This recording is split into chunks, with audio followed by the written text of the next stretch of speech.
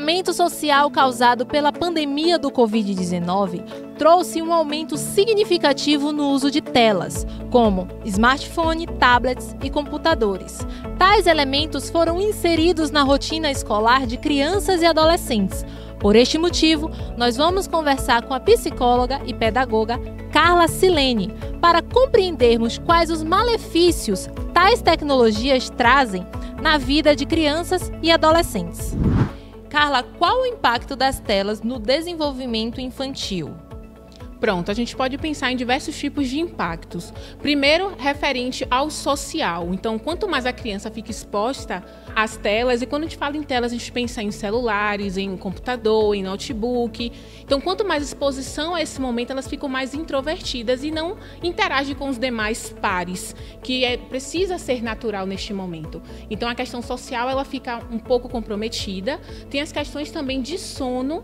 Quanto mais se expor, quanto mais utilizar, isso pode prejudicar a questão da higiene do sono e também questões emocionais. Então, se uma criança ela tende a ser mais agressiva, o jogo pode influenciar um jogo ou até mesmo interações nessas redes, interações com a tela para influenciar ainda mais esses tipos de comportamento. Então, de forma geral, são esses os impactos. Você, como psicóloga e pedagoga, com a pandemia, houve um aumento de inquietação nas crianças devido a essa exposição? Sim, se a gente for pensar na pandemia, foi um cenário muito propício para essa utilização, porque as crianças ficaram em isolamento. Então, as aulas e todas as interações, elas aconteciam pelas telas, por computadores, por celular, por notebook. Então, isso acabou que influenciou e levou-as a estarem mais utilizando, trazendo algumas repercussões. A gente precisa pensar também do ponto de vista positivo dessas tecnologias. Elas são atraentes, elas são atrativas e também são meios da gente trabalhar muitas vezes questões pedagógicas, até mesmo na clínica. Então, elas não são vilãs. Mas, se utilizada de um termo que não é tão saudável, pode ser nociva sim. Então, a gente percebe que houve uma inquietação maior, uma utilização maior dessas tecnologias, dessas telas, no período da pandemia, sim. E você acredita que a exposição às telas podem desencadear outras doenças, como depressão e ansiedade? Sim, pode contribuir, como eu trouxe, né? A tecnologia, as telas não são vilãs, a gente precisa, inclusive, desmistificar essa ideia. É muito mais de quem utiliza. O gerenciamento precisa ser da família, porque a criança e adolescente ainda está em fase de desenvolvimento, ele ainda precisa entender, ele precisa desse apoio para gerenciar, mas elas acabam, sim, contribuindo. Se uma criança já tem um comportamento, né, tendencioso à agressão, então utilizando muito a tela e dependendo do que esteja fazendo, com quem esteja conversando, isso pode ser potencializado. E a partir de qual idade é o ideal para a criança estar exposta a esse tipo de tecnologia? Pronto, nós temos algumas orientações da OMS, que é a Organização Mundial da Saúde, e da SBP, que é a Sociedade Brasileira de Pediatria. Eles trazem orientações de que criança até 2 anos não é para ter contato com tela. A gente entende que esse é o ideal, a gente entende que é uma orientação e que, na prática, a gente percebe que não é bem dessa forma. Então, hoje, nós percebemos crianças de 6, 8 meses já tocando em celulares, utilizando celulares, ligando televisão, mas existe sim uma orientação médica porque há os riscos, há um comprometimento. Então, segundo essas instituições, que é o ideal para ser feito, até 2 anos não pode ter nenhum acesso à tela. Dos 2 anos em diante, de 2 mais ou menos até 5, pode ser até 2 horas diárias e, no período da adolescência, pode ser até 3 horas diárias por dia. E como os pais podem controlar esse acesso dessas crianças?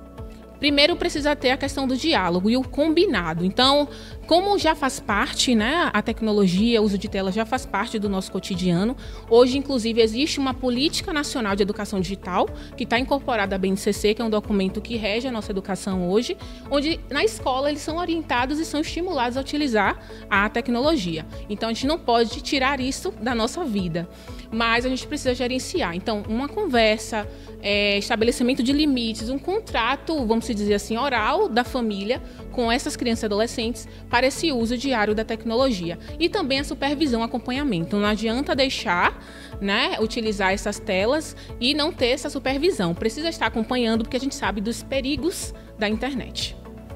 Até que ponto esse uso pode ser saudável para uma criança? Porque hoje em dia as crianças estão imersas no mundo digital, todo mundo sabe fazer story, todo mundo sabe gravar vídeo, principalmente nessas redes sociais de dança.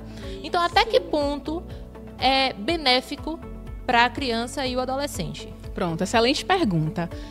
A gente precisa pensar nessa ferramenta, como eu falei, como um meio de aprendizagem. A tecnologia hoje, ela é parceira, ela é aliada da educação. Então, a gente utiliza isso em sala, a gente utiliza nos diversos projetos com essas crianças e adolescentes.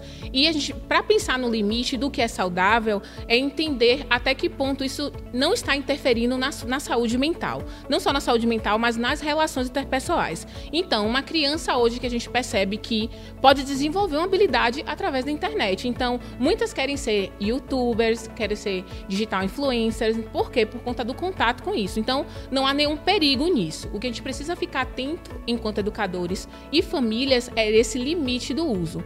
Então, fica o tempo todo, deixa de fazer alguma coisa para ficar no celular ou prefere não interagir com os pares para ficar no celular. Em uma festa de aniversário, a criança fica no celular, ela está no pula-pula com outras crianças. Então, esse é o limite. Quando se tiver uma interferência social, interferência dessa relação com o outro, aí a gente precisa intervir. Mas a gente percebe que é uma fonte de potencializar e estimular habilidades, seja oral, seja na arte, seja na música, seja até mesmo nas expressões, pessoas que gostam da arte também. Então, a internet, esse uso também pode potencializar e estimular também.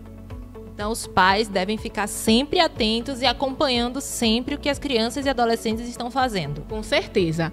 Aquela história de que é minha privacidade, ela não existe, ela não deve existir. Então, essa privacidade, ela pode desencadear muito perigo. Podem ter muitas situações, como de pedofilia, como de violência sexual mesmo, através da internet. Então, os pais precisam monitorar, precisam ter acesso ao celular, ter as senhas de todas as redes sociais para investigar, para olhar com quem estou conversando, com quem meu filho está conversando, quais são os grupos que ele está inserido. Então, isso é de extrema importância.